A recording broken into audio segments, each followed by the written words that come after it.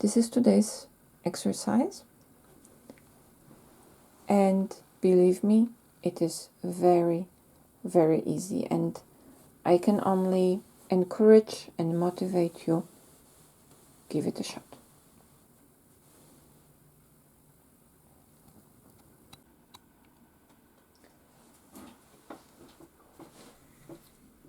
This is a video for beginners. Hi, I'm a quilting nerd, and I thought I will prepare a series of videos to encourage you to try quilting, to dare quilting, to express even better your creativity. And I think this design, which I would like to present you today and talk you through it, usually you know very well I don't talk on my videos, I would like to show you step by step how to make this first design and address those few issues that block you from trying quilting. So let's start. I assume that you know how to set up your machine for quilting, how to lower your feed dogs, and how to attach the quilting foot. This time I switched to the this hopping quilting foot that most of you have or quilt with on your machines, or at least have it in the equipment. And the first step is to feed your get your bottom thread up. For that you have to lower your needle down. After that, get it up again and pull on your thread, and then you can get it out and have it on top. This is important because then you don't have nasty knots at the bottom and your work is much cleaner. Then we can lower the foot, we can lower the machine down, and my machine has option of securing the stitch. If you don't have it, just sew a few times in almost the same location. In this way you will have the stitch secured. Now, the first scary step, if you never quilted before, is to start moving. And the most natural movement for us is to move the fabric down towards us, because that is the way how we sew usually. So let's start with this movement. Gloves are helping to get a better grip on the fabric. Let's press the pedal, and as the machine is working, let's pull it down.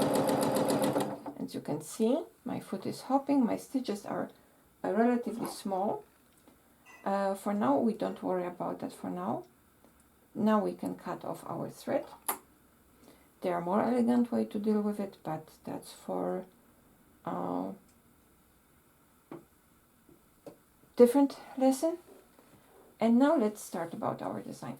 I just want us to practice the up and down and back, left to right movement, nothing else. And this design is so that it doesn't matter if you're precise or not. It actually counts on that there will be some irregularities in your quilting. For now, let's just concentrate on this, that you are moving the sandwich up and down. And now going down. I can use, if I want, I don't know if it's visible, but my foot has markings.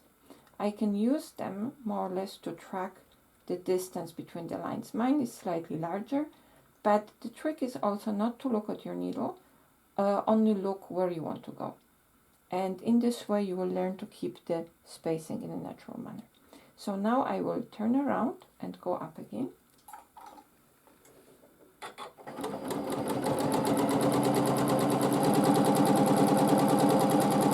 And down.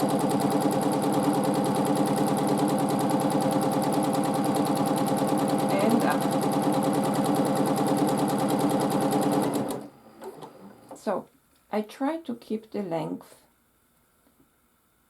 more or less equal. But if it's not working, it's really not a problem. So let's repeat this movement once more, and then we will start modifying the design.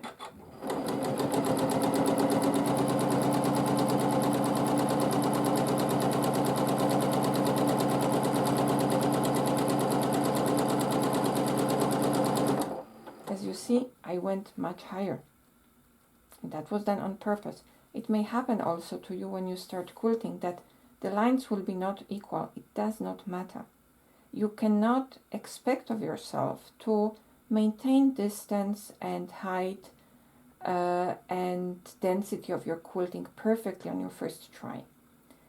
The difference in your expectation and the actual result is this what disturbs you to keep quilting, because it may be discouraging, but we cannot expect of ourselves perfection on the first try, because where is the challenge? The challenge is in try it, evaluate it, try it again and see, this looks different. Why it looks better? Because I was more relaxed, or I practiced that one. Now I got it. Now I just have to keep repeating that. And now, wow, compared to yesterday, I got even better. Just do it because it's good for you, not to be perfect. That's how you get actually better at it and maintain fun. So now,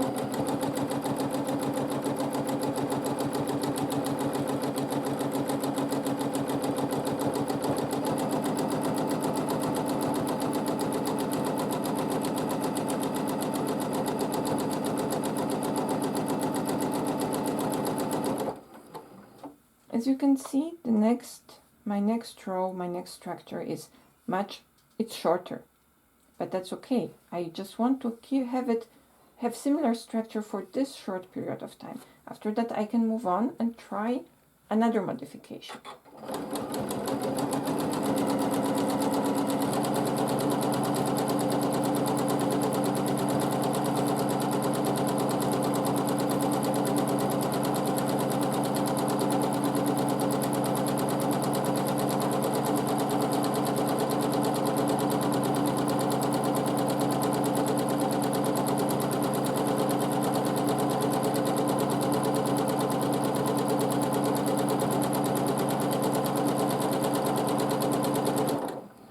As you can see, I'm moving on the diagonal from bottom corner to the right up corner, and I'm trying to fill it with those structures.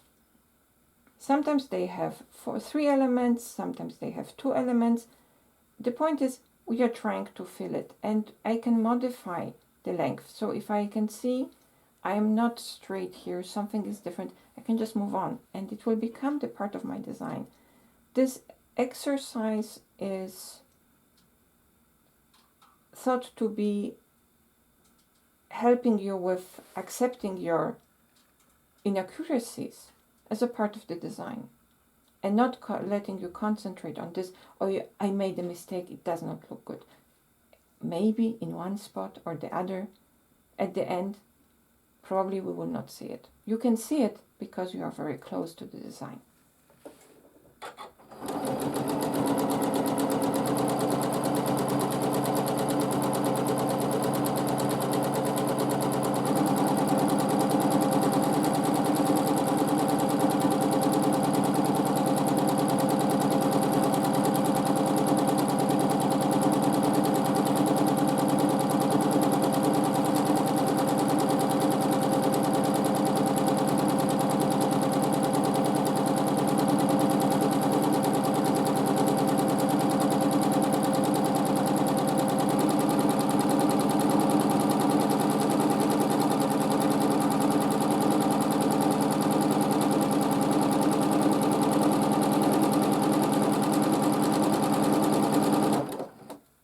Let's make another one, the last one.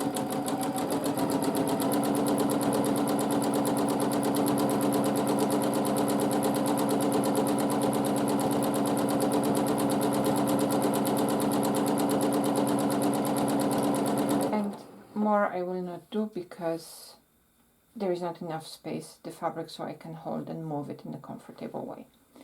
Now let's start practicing the movement left to right.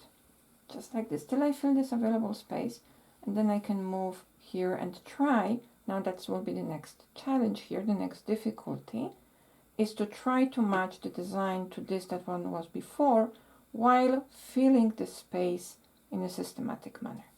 Because quilting looks good, I agree, that was said by several quilters, if the whole space is filled in a uniform way, or it has thought through texture changes. If we have just uniform pattern, we want to have uniform coverage. If we have something left out, it will attract attention, and if it's not planned, then it may look like something that could be interpreted as mistake, even if it's not, because we are just learning.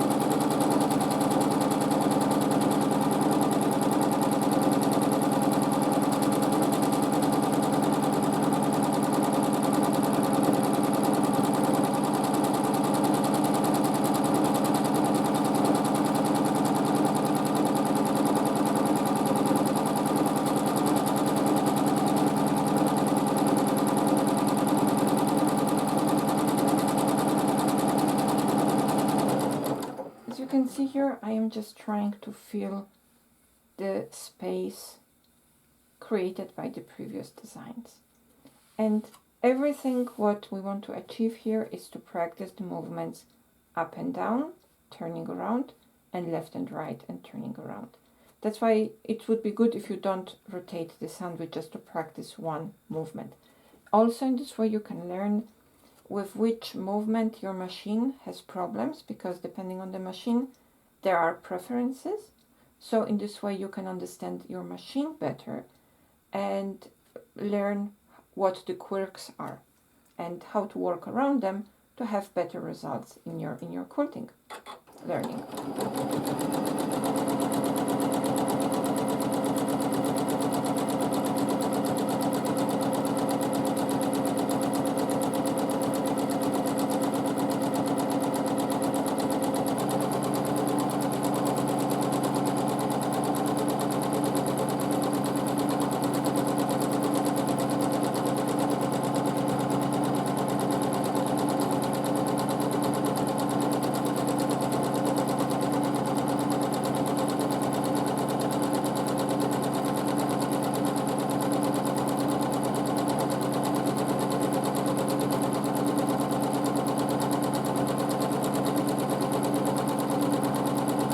You can see I immediately change the direction and start filling the next diagonal row, and these structures and those structures look different width and different height, but it's just part of our improv design. Doesn't have to be perfect.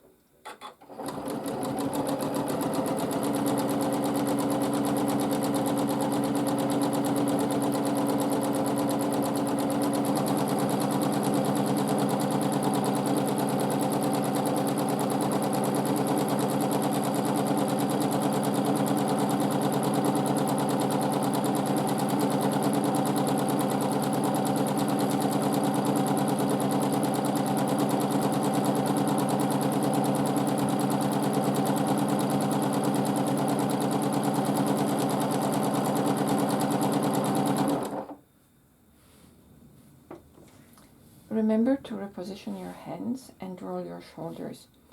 For this exercise, I would recommend to use rather small or medium-sized sandwich, because too much quilting on the first try can be very taxing on your shoulders and your muscles, and you may be feeling uncomfortable and stiff afterwards, and that shouldn't be the goal. You should be relaxed. So try small baby steps and take a smaller sandwich so you can finish it and see the result.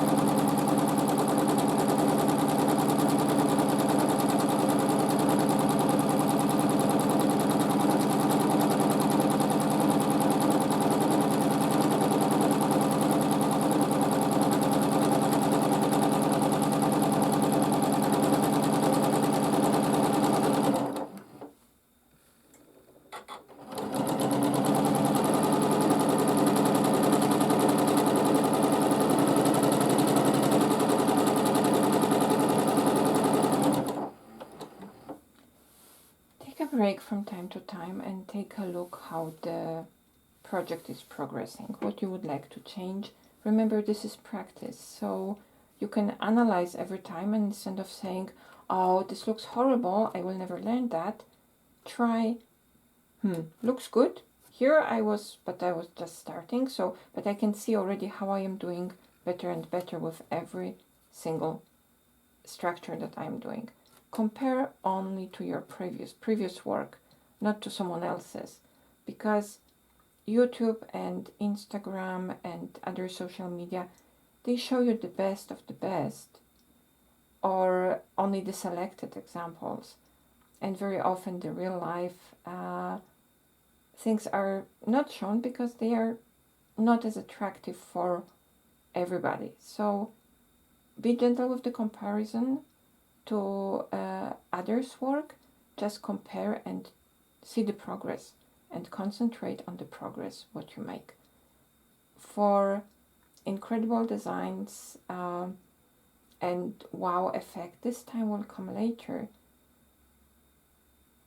For now, it's all about learning new skill, and the wow effect will come much faster than you think. I can promise you that. I was surprised how fast I got it. And the first ones were, wow. Yeah, that was the different kind of wow.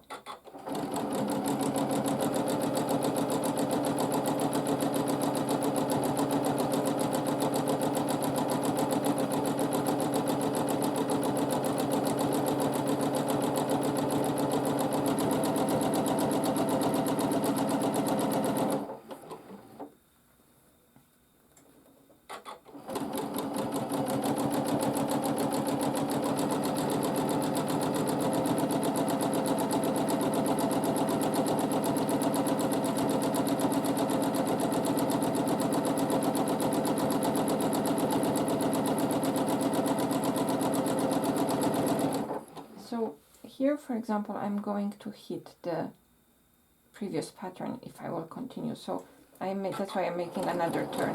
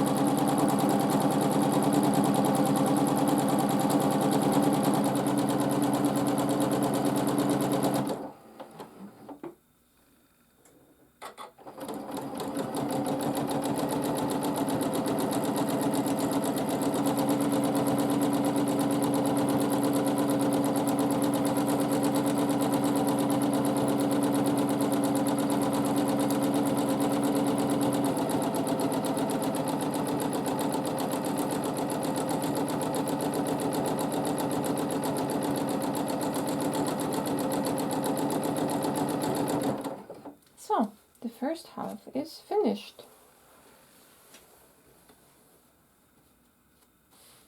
So, let's go here.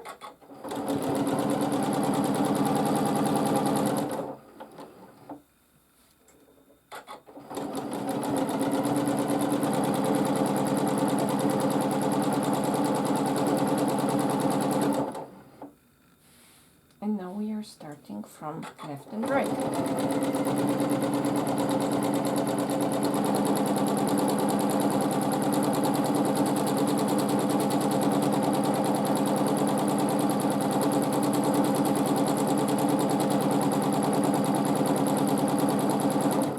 So this is a very uncomfortable way to go. So what I will do actually, first I will go up.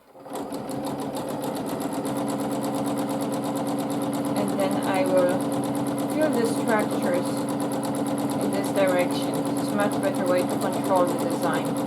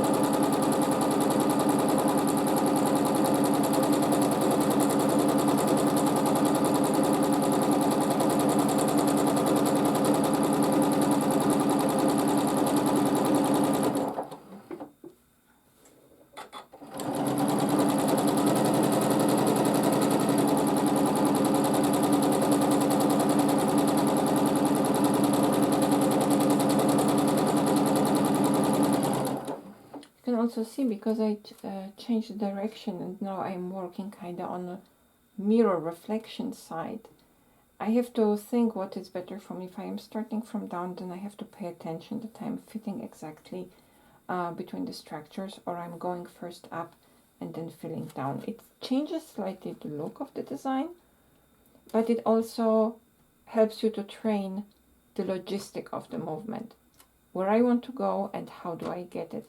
And it's perfectly okay to make breaks and take a look and analyze the next action.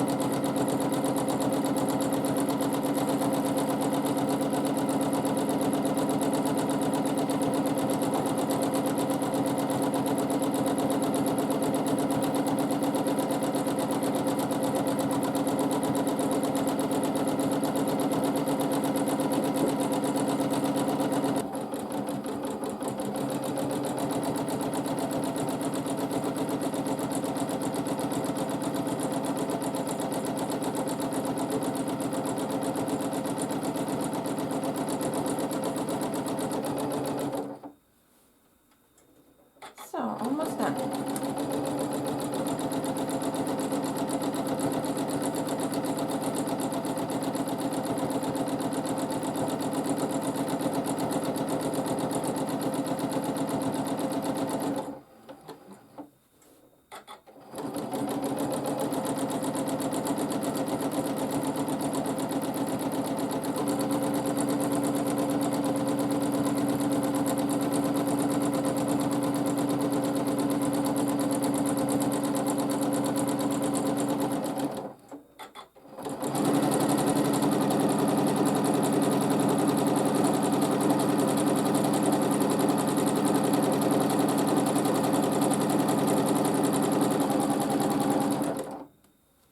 And done.